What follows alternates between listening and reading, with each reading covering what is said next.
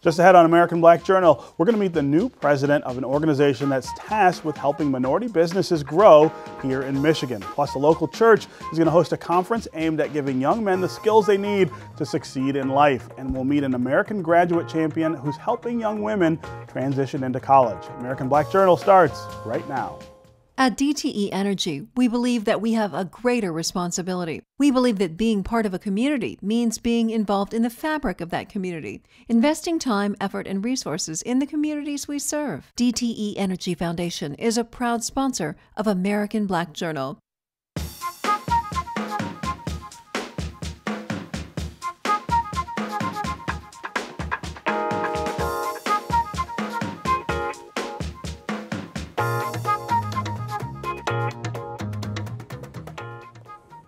Welcome to American Black Journal. I'm Stephen Henderson. The Michigan Minority Supplier Development Council saw a change in leadership this year when longtime President Lewis Green stepped down to pursue another venture. Michelle Sourie Robinson was selected to head the nonprofit organization, which assists minority businesses with certification and obtaining contracts. Each year, the MMSDC facilitates more than $26 billion in deals between corporations and certified minority business enterprises.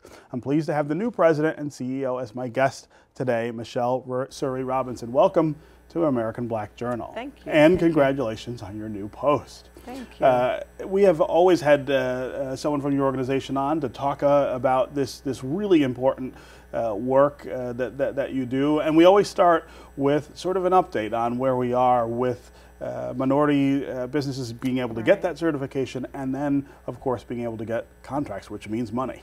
Absolutely. Well, I'm excited. This is a wonderful time in the history of the organization, almost a 40-year-old organization here in the state of Michigan, and we really do look at the entire state. So I'm really proud to say not only do we have the $26 billion in economic impact coming from minority business enterprises throughout the state, but that's 170,000 jobs that are created because major corporations are working and partnering with minority business enterprises. So exciting time. And give us an idea of some of the corporations that Absolutely. You work with and some of the businesses who benefit. Actually, I'm really excited because when you look at the history of this organization, many of the major corporations that we see here, some of them headquartered right here in Southeast Michigan, from the General Motors, Ford, Fiat, Chrysler, but also DTE. DTE was a founding member of the Michigan Minority Supplier Development Council. But we also look at the west side of the state, and we look at Herman Miller and Steelcase, Kellogg's, so many power players in the corporate landscape here in America, based right here in the state of Michigan. Yeah, and the way your organization works essentially is you help businesses that, and this is a big challenge for minority businesses. We know that minority businesses face lots of challenges that other businesses don't in terms of capital, access to things, resources, but certification to be able to participate in big contracts with large corporations, that's a huge gap that exists, and you guys help fill that gap. Tell me how that works. Absolutely. It's so important that we legitimize minority business ownership. So part of what we do is certify to really attest to that legitimacy. A very rigorous process where we literally, there are on-site visits to your organization, looking at all types of financial records, birth records, truly verifying that the business is owned, operated, and controlled by minority business owners. And that's actually a pretty controversial idea, right? There are businesses that seem to want to try to take advantage of minority contracts by fronting so-called minority owners or operators, and really it's not a minority business. So this process is designed to determine who is really supposed to be getting these kind of Absolutely. Because at the end of the day, really the only thing that certification is doing for our business owners is getting them a foot in the door. Once in the door, they prove that they are just as good as anyone else. But unfortunately, yes, we do have those people that try to game the system, and our certification process is really a gold standard in the industry to really vet that. But more importantly, once they get through the certification process, the MMSDC is there to help them with development. So we provide everything from one-on-one consultation services to simply assisting them in making the connections that they need to make. Yeah. We have a grant from the Department of Commerce through the Minority Business Development Agency, and that center is also housed within our offices. So that gives our members and our certified MBEs even more ability to be developed. Right.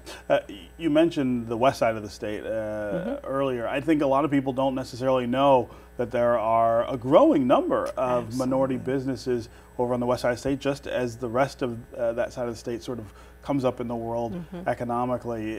Do they face the same challenges as businesses here in Southeast Michigan? That's a fascinating question. I must say, not only do they face the same challenges, but part of the beauty of the Detroit landscape and Southeast Michigan in particular, the automotive industry in particular, is that they've had this 40-year history. So they understand minority business development.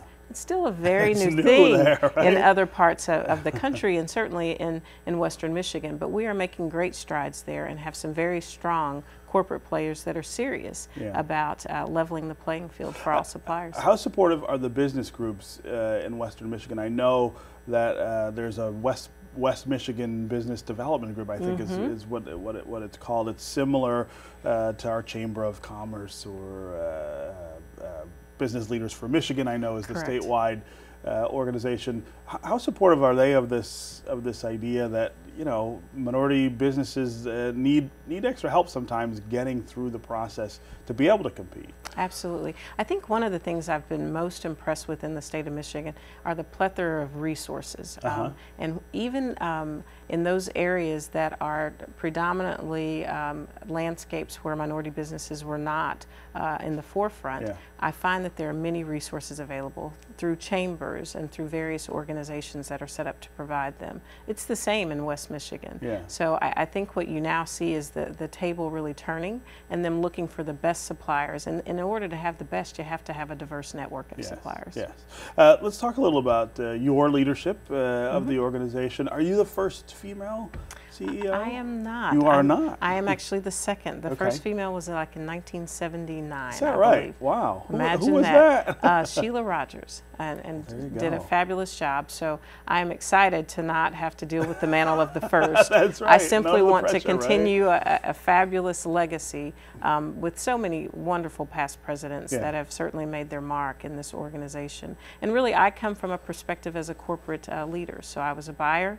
I ran a supplier diversity program. I created a program. So this opportunity in particular was very intriguing for me because it gave me the ability to help MBEs from a very different perspective. Well, when you were working on that side of things, how did you find the landscape sort of changing over time? Was it here in Southeast Michigan that you were doing that? It was in sunny Atlanta. It was in Atlanta. Okay, very different environment, right? But did you see over time that things are getting easier or better for minority businesses? I will tell you, I think the Great Recession was a wake-up call for many of us. That at the end of the day, good business is great for everyone. Right? Everyone's priorities got aligned pretty sharply during that time. And it's a good thing because it actually made the great businesses better and probably weeded out some businesses that perhaps weren't as strong as they should be.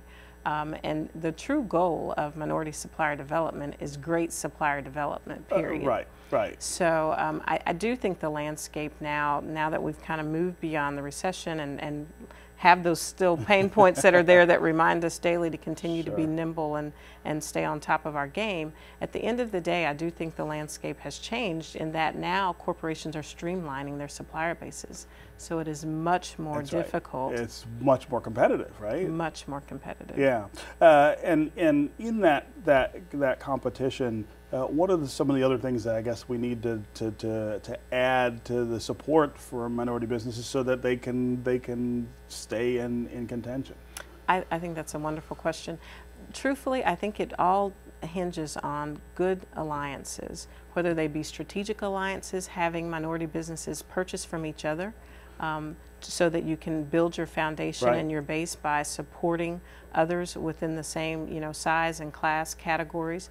But I also think there's much to be said about this notion of joint ventures and truly creating ventures and partnerships where minority business owners partner with a majority organization for a set period of time, but making sure that they're not just shams and pass-throughs, but truly legitimate knowledge. Absolutely, they're participating, they're gaining knowledge, they're gaining wealth, because at the end of the day, I believe Minority Supplier Development's primary mission is to serve our corporate members, but there's wealth creation that happens, and with that wealth creation, we're able to transform minority communities. Yeah, and I feel like we're seeing some of that here in Southeast Michigan. I mean, you think of some big name suppliers who have grown, and of course our former mayor, Dave Bing, was a really good example of a supplier that started small, got bigger, and was successful. And I do feel like there's some momentum pushing in that direction, right? Absolutely. In Detroit and beyond, we have suppliers like Andra Rush, a woman that has taken a business literally from really remarkable story from 2 trucks to a multi-million-dollar enterprise, and she's done that. But at the forefront, she's a great supplier to her customers. Right. But she's also employing people, many of whom were not employable 2 years ago. Right. So she's able to transform communities that matter to her. Okay. Thank you very much for being here. We'll have you back. Please do. To talk Please more do. about minority business development. Thank you. Yeah. Coming up, a local minister organizes a conference to give men a head start on the path to a new life. We'll have the details next, right after this look at some important moments in Detroit's Black history. I'm Ken Coleman with a look back at African American life in Detroit. This week in 1918, African American museum founder Dr. Charles Wright was born. In 1970, Ain't No Mountain High Enough by Diana Ross was the nation's top song. And in 1995, WGPR TV 62 was sold to the CBS television network. These are significant events this week in Detroit's Black history, taken from the book On This Day, African American Life in Detroit. Detroit's historic Little Rock Baptist Church is going to be the site of the first annual Men's Empowerment Conference in the D. The event takes place over the weekend of September 25th, and it targets men between the ages of 18 and 34. The conference is going to provide those men with the skills and knowledge to overcome the obstacles that prevent them from leading successful lives. Here to tell us more about the event is the church's pastor, the Reverend Dr. Jim Holley. Welcome back to American Black Journal. Thank you so much, Now Stephen. you're a regular. I'm just going to let you host next week, right?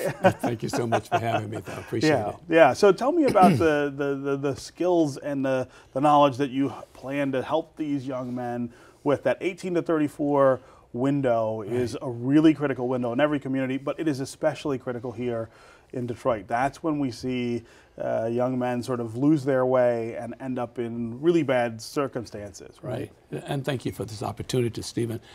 We had a focus group of about 35 or 40 men, and they indicated that these workshops that we're having, expungement, navigating your way through the front of the court, and also returning citizens, transition, health, and jobs, job fair.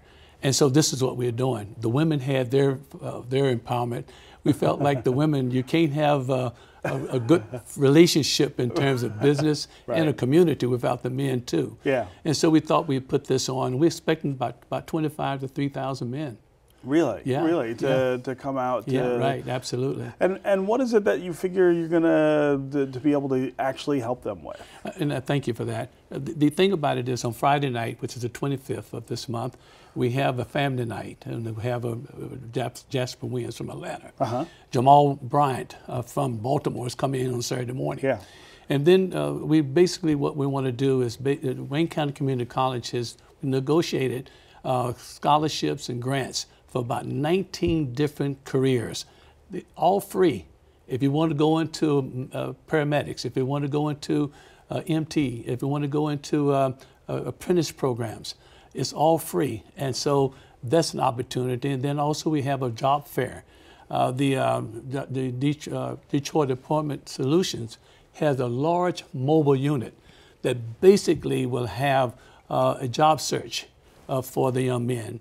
And so the job search, and also health health initiatives as well. Yeah. And so it should be a really... And so it's really looking at the full spectrum Right. of issues that these young men face. And as I said, that 18 to 34 Right. window is when it's really important Right. to intervene. And I know that in your church and in the other work that you've done in the community, you've seen that if you do Right. it at that point, Right. you really can make a difference. You can redirect people. Right, but not only that, in terms of, I really believe that education and a job will stop a bullet. Yeah, that's what that's a great my way big to put thing. it, right? The other thing, of course, is that Michigan's doing well in terms of unemployment.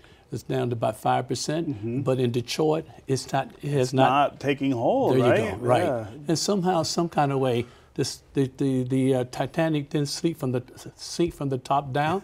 It's from the bottom up. From the bottom up. And sure. we really got to start working with the people who basically have been left out of this Yeah. whole economic scheme. What's your sense of why those people continue to be locked out? What are the big factors that are contributing to the fact that my understanding is that among adult males in the city, the unemployment rate is somewhere 40, 50, Absolutely. 50%, Yeah. way more than the general population. Well, I think access to information, for example, again, trying to get them through the problems that they have, like expungement, in terms of the friend of the court. Dealing with the criminal justice system, of course.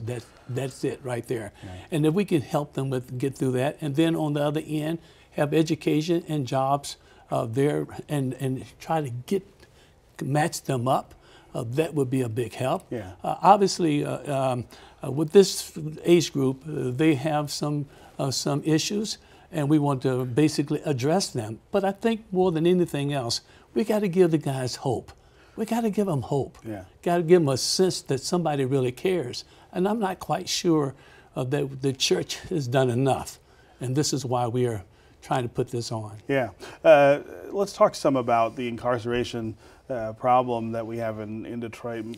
Again, my understanding is that the numbers are just off the charts. Right. 1 in 3, I think, Right. men in the city has had some Right. run-in with the criminal justice system. That, of course, prevents a lot of people from getting a lot of opportunities. Right. What, in your mind, is the ultimate solution to that? Do we really need to rethink the way we manage it, or do we need to redirect young men so they don't get into trouble in the first place, or do we need to do all of it? Well, I think you're right. It has to be both. You know, the thing about it is what we're finding out, and of course this is nothing new to you. You've dealt with it in the Word as well as on television, Yeah. and that is in terms that the system is systemic, and we got to deal with that. Yeah. But also, 70% of the young men go to jail because of poor representation. Right, they have bad lawyering Right, at, you see. at trial. And then the other thing we're finding out in this conference that we are, this focus group, is that they give away their rights before the lawyer gets there. Yeah, yeah.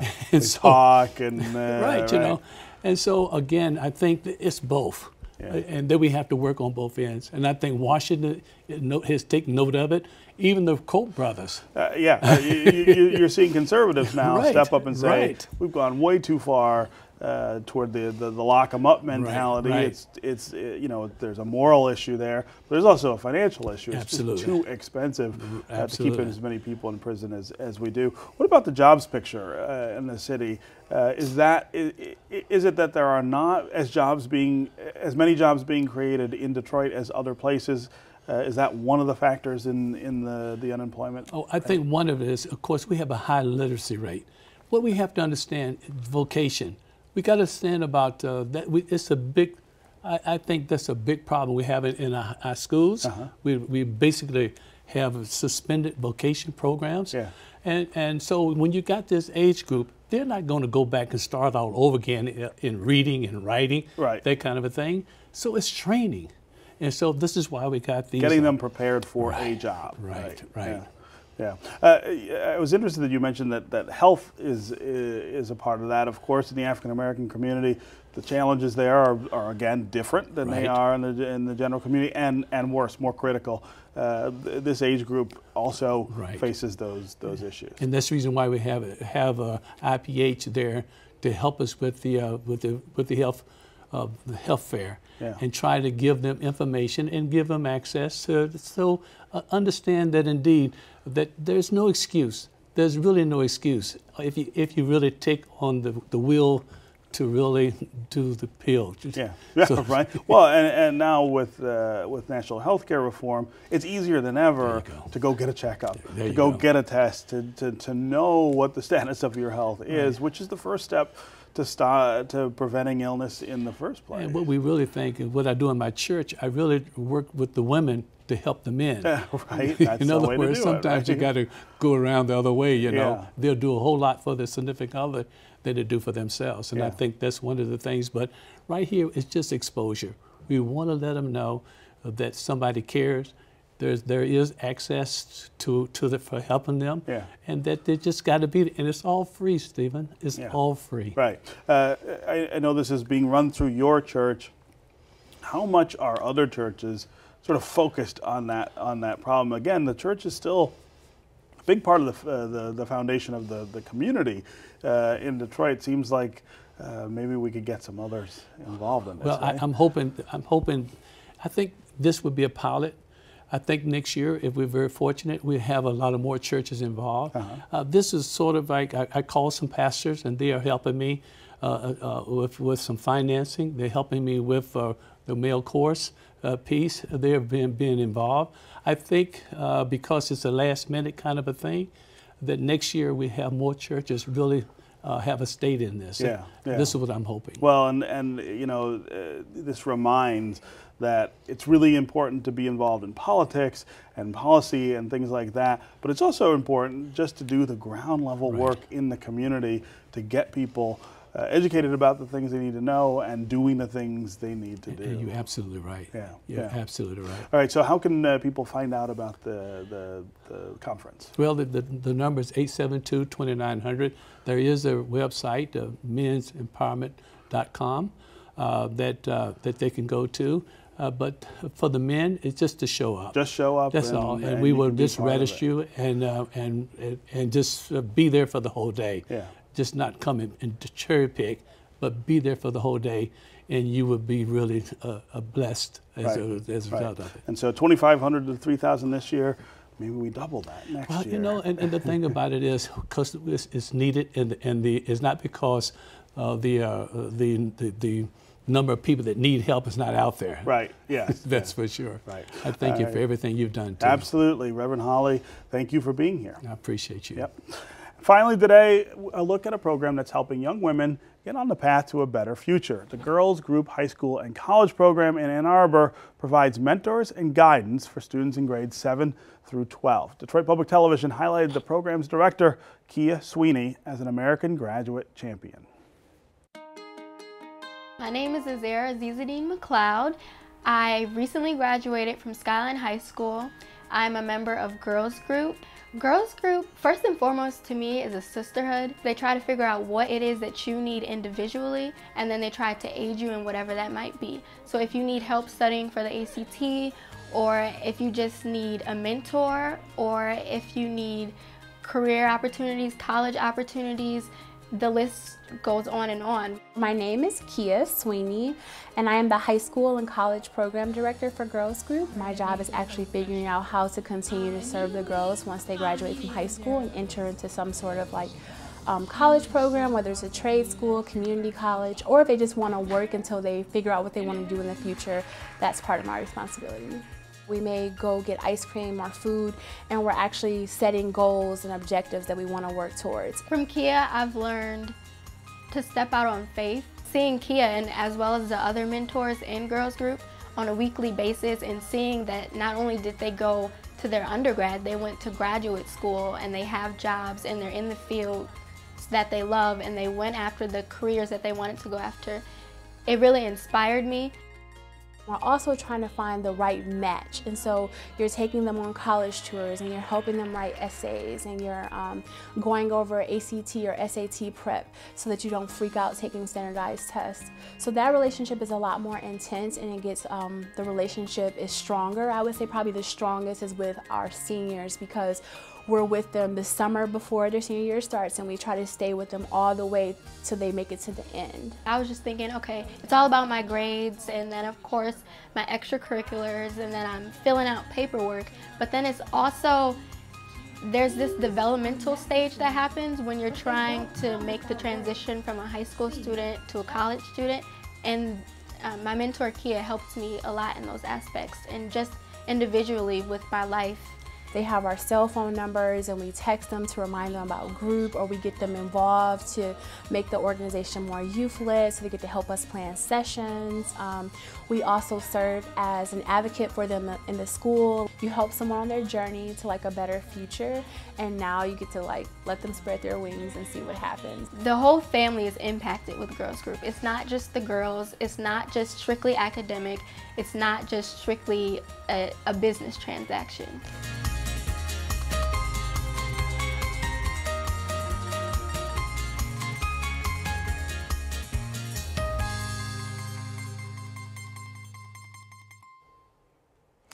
It's a cool program. That's our program for today. Thanks for watching. You can get more information about our guests at AmericanBlackJournal.org. And as always, you can connect with us on Facebook and on Twitter. Plus, you can now hear our program on WDET 1019 FM. We'll see you next time.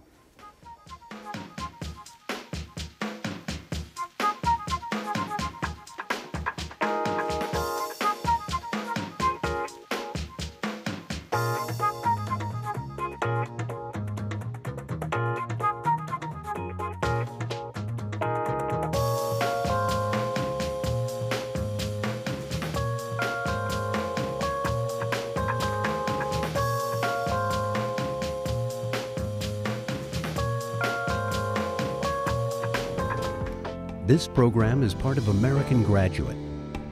Let's make it happen. A public media initiative made possible by the Corporation for Public Broadcasting. At DTE Energy, we believe that we have a greater responsibility. We believe that being part of a community means being involved in the fabric of that community, investing time, effort, and resources in the communities we serve. DTE Energy Foundation is a proud sponsor of American Black Journal.